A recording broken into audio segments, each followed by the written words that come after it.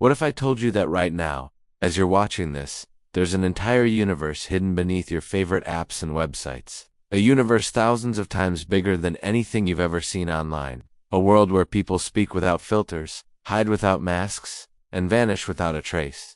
A world where governments try to peek in but never fully succeed. Where truth is raw, fear is real, and the line between bravery and recklessness is razor thin. No, it's not a movie, and it's not a myth. It's the deep web, a digital underworld that exists just a few clicks away from your everyday life. Yet most people never even realize it's there. And tonight, we're going inside it, not to scare you, but to show you what really happens when you step into a place where anonymity is absolute and nothing is quite what it seems.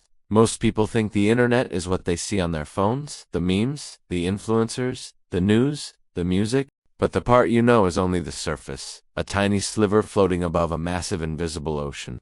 Beneath it lies the deep web, a hidden realm where information lives without being indexed or monitored. Not illegal, not evil, just invisible. Think about every private hospital record, every university login, every corporate archive, every personal cloud file. All of that lives in the deep web. We rely on it every day without knowing it. But inside that same hidden world, deeper still, lies something more enigmatic, more misunderstood, and far more unpredictable: the dark web. The moment you enter, the air changes, not literally, but you feel it. The interfaces look outdated, the links are strange, and the silence is loud. No pop-ups, no ads, no recommended for you, just empty space and raw information. It feels like walking down an abandoned hallway, knowing that thousands of eyes might be watching from behind the walls. The first thing newcomers feel is not fear, it's curiosity. A curiosity strong enough to pull them deeper. What makes the deep web so fascinating isn't the danger, it's the freedom.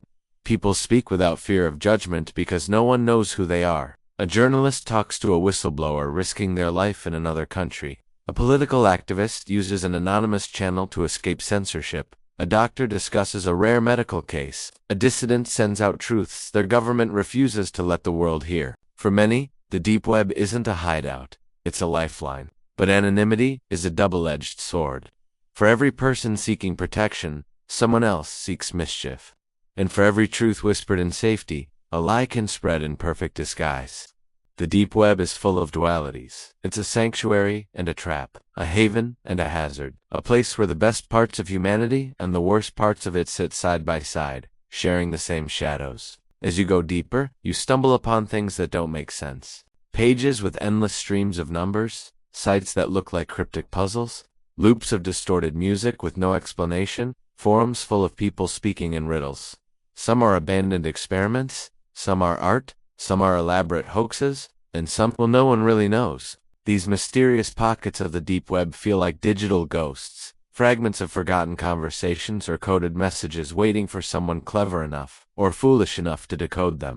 The fascinating part is that most of the myths surrounding the deep web aren't true. The horror stories, the extremes, the wild rumors, those are just the tales people tell because they want the deep web to be a monster. But the real story is far stranger and far more human.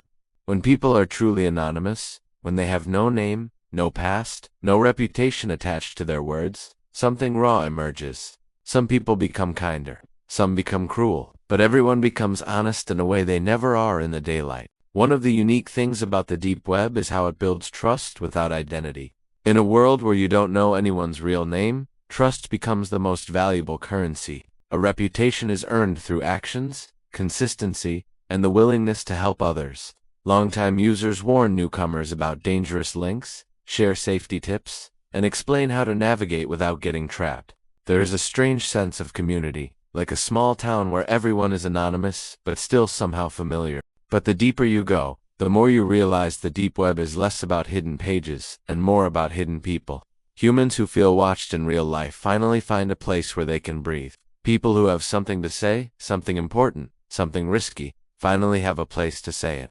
And people who are curious, lost, or searching for meaning find conversations they could never have in the open. Still, the deep web is not safe. It's not supposed to be. Without rules, without moderation, without accountability, it becomes a place where consequences vanish. Some wander in out of curiosity and wander out with more questions than answers. Some stay because the anonymity becomes addictive. and some discover sides of themselves they didn't know existed.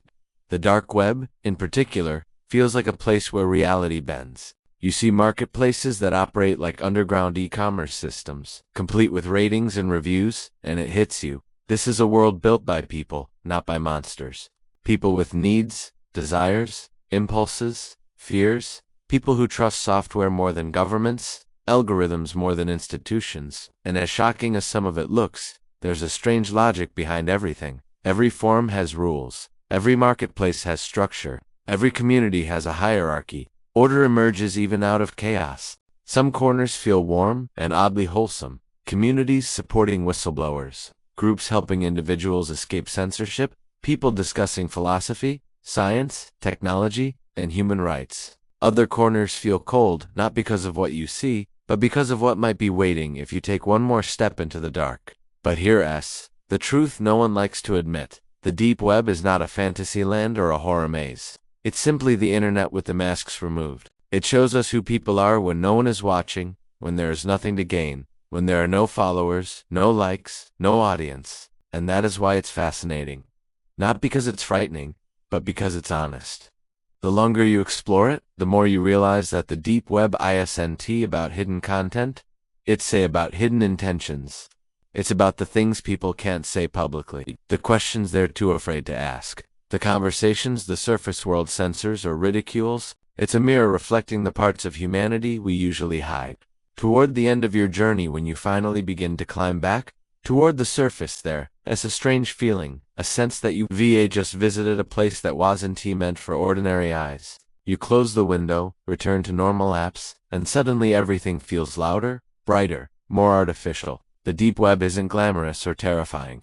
It's simply real in a way the surface often isn't. So what really happens inside the deep web? Everything the world hides, everything people suppress, everything humanity doesn't want to admit. It's a place where truth and lies share the same room, where heroes and villains wear the same mask, where ordinary people become extraordinary by speaking words they never dared to say out loud.